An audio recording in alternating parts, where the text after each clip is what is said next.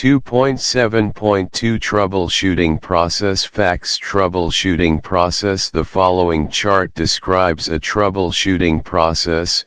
Step description: gather information when identifying the problem. Resist the urge to start fixing things at this point.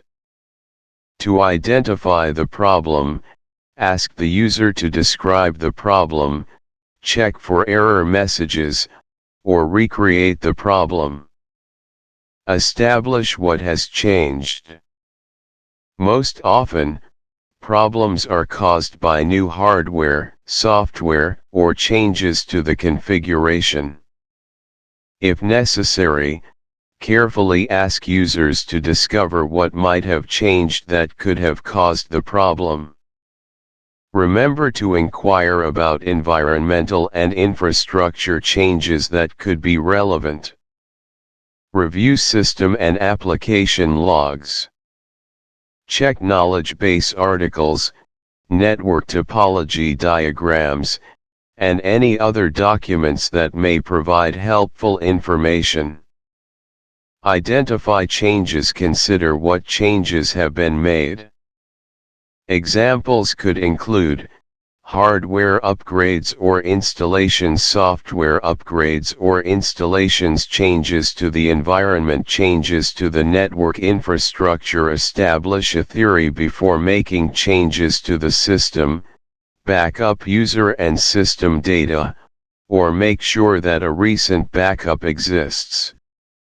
While some changes can be made without affecting user data, you should back up data to protect against unintentional data loss caused by making changes. If your theory is not correct, examine other possible causes, return to the previous step. Check for simple, obvious, and common problems first. If the problem is caused by simple things like an unplugged system, you can safely take action to resolve the problem. If you cannot identify the cause of the problem, or if the problem is beyond your ability or responsibility to fix, escalate the problem. Escalation means turning the problem over to someone more capable of handling the problem. When escalating the problem, be sure to detail the actions you took and the information you have discovered up to this point. Create an action plan. If there is not a simple fix to the problem, you will need to create an action plan. To do this, you will address the most likely problem and account for the side effects of the proposed plan. For example, will the fix result in significant system downtime? Else the resolution best left for other times of the day?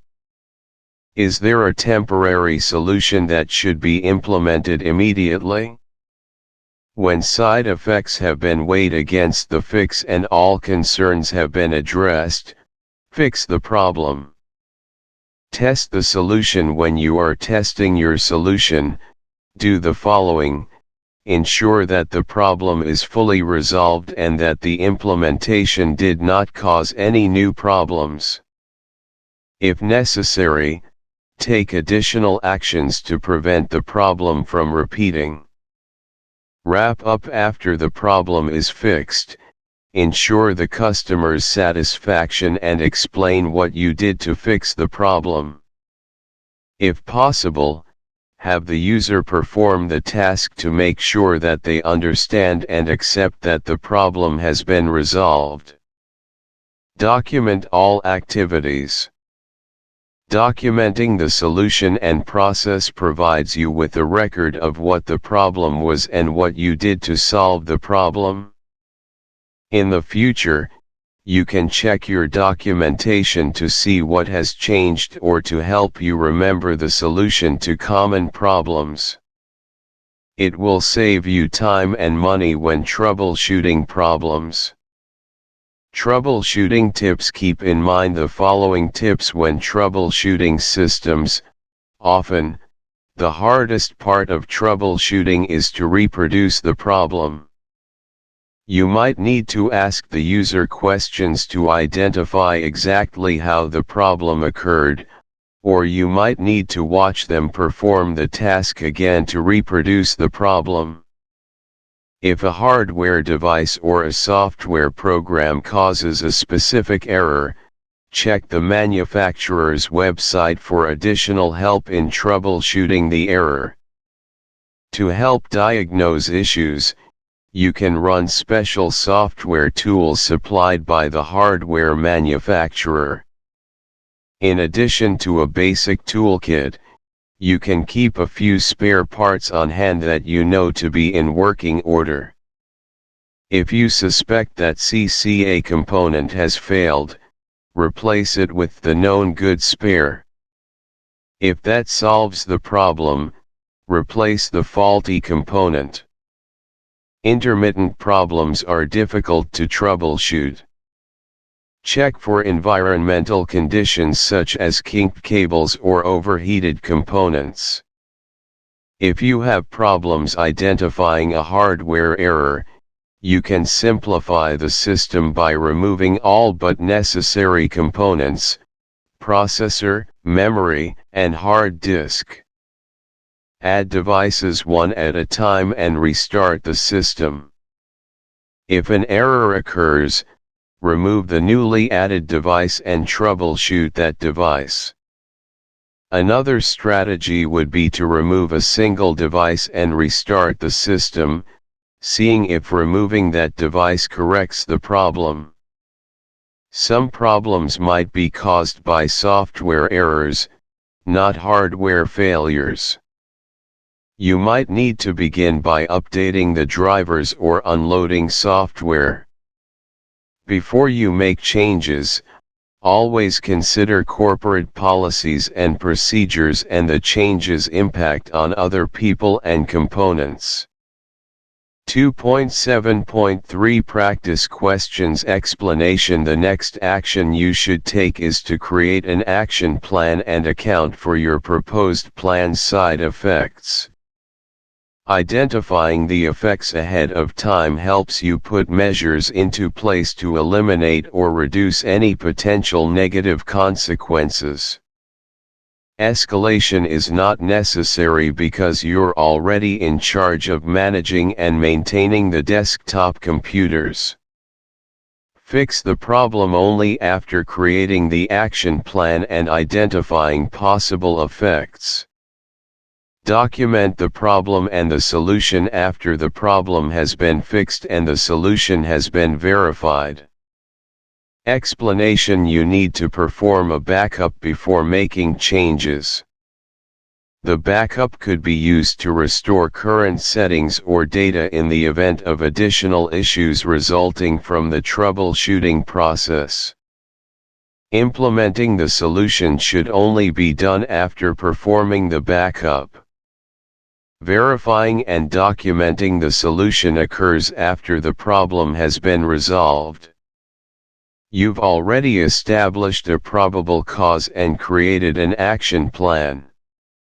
Explanation: the best next step is to create a hypothesis that could potentially explain the problem. To do this, you may need to do a lot of research. You should check frequently asked questions and knowledge bases that are available on the internet. You should also consult with your peers to try to validate your hypotheses. Using this information, you can then narrow down the results to the one or two most likely causes. You've performed the first two essential steps of gathering additional information and identifying what, if anything, has changed. After you've narrowed things down to the one or two most likely causes, you can determine the appropriate fix by consulting with your peers, reviewing knowledge bases, looking at other websites, and using your own experience. Then you can implement the fix as needed. Explanation: you've identified the problem, completed and tested the task, and verified full system functionality. You should now document the solution so if the same display issue returns, you or your replacement will know what to do. Explanation. After you identify the most probable cause, escalate the problem if it is beyond your ability to fix or your scope of management. For example, the problem might be on the network server configuration, which you are not authorized to correct. When forwarding the problem to someone else, be sure to describe the nature of the problem, the actions you've already taken, and the symptoms that lead you to believe the problem is outside of your area of responsibility. If you've decided that escalation is not necessary, create an action plan that includes the fix and identifies possible side effects of implementing it. After you've implemented the solution, verify that it works and that there were no unforeseen consequences. Finally, document the problem and the solution. Explanation. For information about a specific error, check the manufacturer's website. Taking any other action, such as replacing the card reader, installing the device on another computer, and reinstalling the device, might fix the problem but would most likely just waste time. In most cases, device-specific problems can be corrected with a new driver or other software update. Explanation. A technician's first step is to gather information. This is critical. You need to determine exactly what has happened. What were the symptoms? Were there any error messages displayed? What did those error messages say? How extensive is the problem? Is it isolated to a single system, or are many systems experiencing the same problem? By gathering additional information, you can identify what has changed, and then you can form a hypothesis. With a hypothesis in place, you can then determine the appropriate fix. Lastly, you can implement the fix and test it for favorable results. Explanation. After you implement a solution, you should always test it to verify full system functionality. Sometimes, more than one problem exists, or your solution may not have solved the problem. For example, in this case, an incorrect driver for the video card could potentially continue to cause display issues. By verifying system functionality, you can ensure the problem is completely resolved. Explaining what you did, implementing preventative measures, and documenting the solution occur after you've tested the solution to make sure the problem is completely fixed. Explanation. After resolving any incident, you should spend a few minutes with the user or customer, explaining how the problem was resolved and verifying that they are satisfied with the results. You can then formally close the incident in any tracking tool. Writing an email to the user's supervisor insisting on training is not your responsibility. Disabling the network printer or upgrading to a newer printer are not actions that are part of the action plan or solution. Explanation. After implementing a solution, test it to verify full system functionality and make sure that it has fully fixed the problem and hasn't caused any additional issues. You document the problem and solution after everything has been fixed and verified. You determine if escalation is needed and create an action plan before implementing the solution.